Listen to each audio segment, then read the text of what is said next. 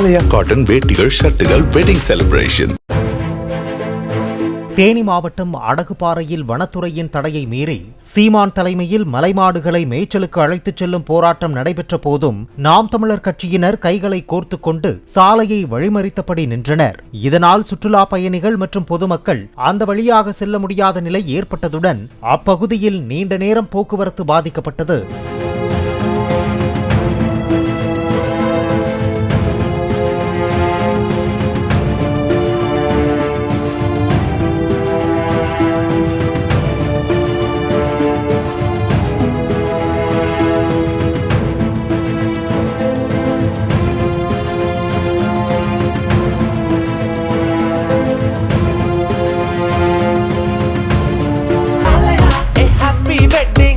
ஆலயா cotton வேட்டிகள் ஷர்ட்டுகள் wedding celebration.